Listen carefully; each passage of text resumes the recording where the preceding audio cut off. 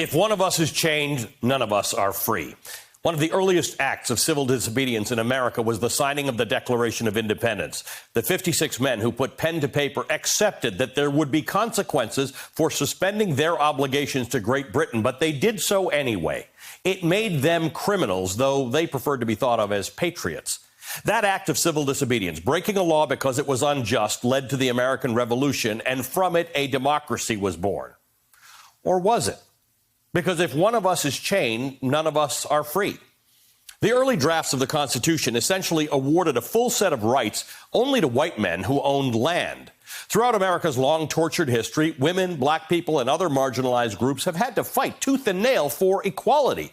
Civil disobedience, refusing to comply with certain unjust laws as a form of peaceful protest, became one of the most powerful catalysts for change. In 1966, gay men were refused service at bars. So 3 men walked into a New York City establishment. They announced that they were gay and asked for a drink. It became known as the sip-in. Around 1965, thousands of young men across America burned their draft cards in rebellion against the war in Vietnam.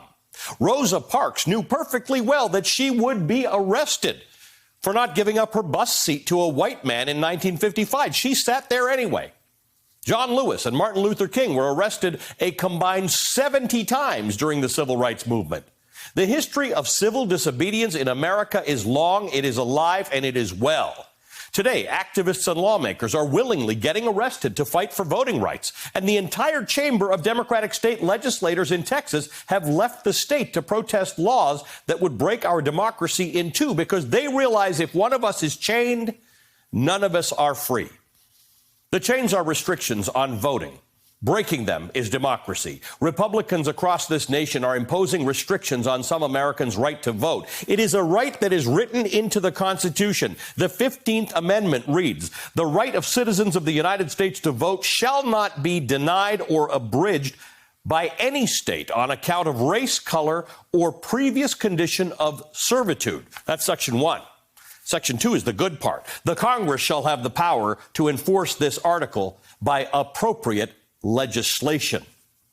Maybe you don't live in a state that is actively suppressing your rights as outlined in the Constitution, but you do live in these United States. Or maybe you personally have better access to voting and ballot boxes and mail-in voting than those in Texas and Georgia. But according to this, that's not their problem. It's everybody's problem. A democracy is not a democracy as long as some people can't vote. If only one person in the United States is stripped of their rights, then we are not a democracy. Our union is not yet perfect. Because if one of us is chained, none of us are free. And that's why people are willing to get arrested. It's what John Lewis meant when he said, "Get into good, necessary trouble." This is the moment to protest loudly and demand action. Because if one of us is chained, none of us are free.